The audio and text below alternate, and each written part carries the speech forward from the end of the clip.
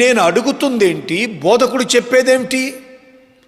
నేను పరలోక రాజ్యానికి వెళ్ళాలి, నిత్య జీవాన్ని స్వతంత్రించుకోవాలి అని నేనంటున్నాను. ఈయనేమో ఇంకా కొదువుంది, ఆస్తమం అంటాడేమిటి అన్నట్లుగా ఆశ్చర్యపడ్డాడు. బైబిల్ చెప్తుంది, అతడు మిక్కిలి ధనవంతుడు గనుక ఈ మాటలు విని మిక్కిలి వ్యసనపడగా, వ్యసనపడటమే కాదండి, అక్కడి నుంచి వెళ్ళిపోతున్నాడు. ప్రభు అతన్ని చూసి, ఆస్తి గలవారు దేవుని రాజ్యములో ప్రవేశించుట ఎంతో దుర్లభము.